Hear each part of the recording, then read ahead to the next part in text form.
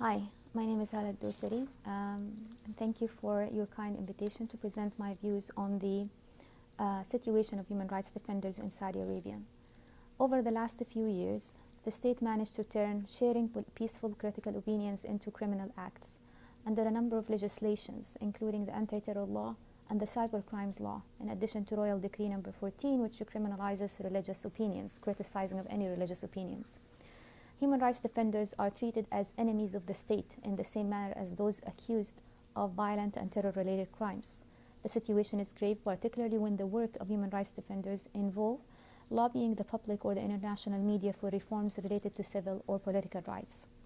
Several tactics have been used by the authorities to silence activists, including travel bans, arbitrary detention, defamation campaigns, legal intimidation, and sentencing for lengthy terms, in addition to fining and flogging.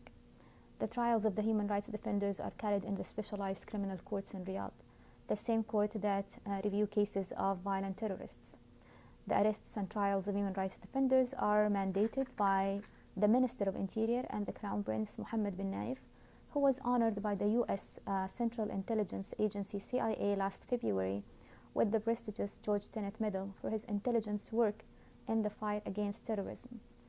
The Saudi system employs historic religious references to justify the severe punishment of human rights defenders for disobeying the ruler or Wali al-Amr. This is in order to protect the unchecked authority of the king and those who represent the king. The state used various tactics to silence human rights defenders. For instance, all members of the Association for Civil and Political Rights were sentenced for lengthy prison terms for several peaceful acts, including establishing unlicensed human rights organization, signing petitions to demand reforms, questioning the authority of the political or religious figures, interfering with the activity and actions of the official human rights organization, the state human rights organization, publicizing the proceedings of the trials of their own trials or the trials of other human rights defenders. Raif Badawi, who was sentenced for 10 years, and Ala Brenji, who is a journalist sentenced for 7 years, were targeted for their online expression of opinions criticizing extreme religious orthodoxy. Recently, the state further requested 1 million riyals from Raif as a fine, who is serving now his 5th year in prison. Dr. Zuhair Qutbi, who is a 62 years old political activist who is in a frail health condition, was sentenced for 4 years in prison for calling for political reforms in a TV interview. Walid Abu Khair, who is a prominent human rights defender, was charged for inciting hostility against the state by the international organizations by providing false accounts of human rights violations, thus harming the country's reputation, among other charges. Walid's wife at the time, Ms. Samar Badawi, was placed on a travel ban without any legal justifications or trial because of her travel and commentaries on the situations of human rights in Saudi Arabia. She is regularly summoned for arbitrary short detention and interrogation without any charges. In 2016, women activists have launched another social campaign after their first campaign in 2013 to abolish the driving ban. This time, they wanted to abolish the male guardianship system that treats all women as perpetual minors. The system requires all women to obtain a male guardian permission, typically a father, a husband, or even a son, for the state to allow women's access to official documentations, travel, education, scholarship, marriage, or life-saving abortion, or even release from the prison.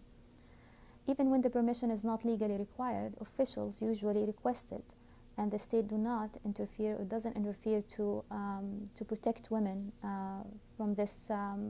So, for instance, employers could still request women to obtain a male guardian permission, though the labor law does not require it. The system limits women's autonomy and their financial security, and compromises their safety and the safety of their own children by reducing their own authority over their children. Women often find legal redress difficult to access because of the limitations imposed on their mobility, their financial dependence on their guardians, and the patriarchal environment that is prevalent in the legal and the social services. For instance, the director of Jeddah courts has been allowed to block women's access to justice if they were not fully dressed in black, and there is no penalty imposed on the director or any official. Since August last year, women activists have launched a daily hashtag to promote the public discourse on various aspects and grievances caused to women by the male guardianship system. Even when women escape abusive guardians to other countries, they're forcibly returned to their families after serving harsh punishment. The case of 3 women sisters who fled their abusive guardian's sexual abuse of their guardian to Malaysia, in which I have been personally involved to support them, is a good example. The 3 sisters were forcibly returned by a special Air Force to Riyadh, where a judge sentenced them for months in prison and flogging before handing them back to their brother. Dr. Mansour Al-Askar, who is a sociologist in Riyadh, told The Economist in a published news story that he estimates that there is a 1,000 Saudi women who flee the country, who leave the country every year, according to his own estimate. I personally have written numerous expert letters to immigration lawyers for women who ran away from Saudi Arabia, mostly because of the massive control granted to their guardians over their life choices.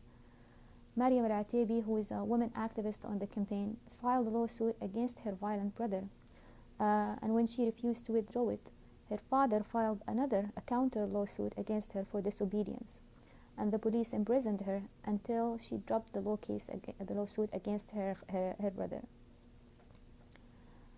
A man who supported the campaign as well was reportedly imprisoned and flogged, according to local news story. And though the state has made several commitments to abolish the male guardianship system during the Universal Periodic Review at the Human Rights Council in 2008 and 2013, to date, nothing has happened. Instead, Saudi Arabia has been appointing women in top positions inside the state and outside as tokens of reforms.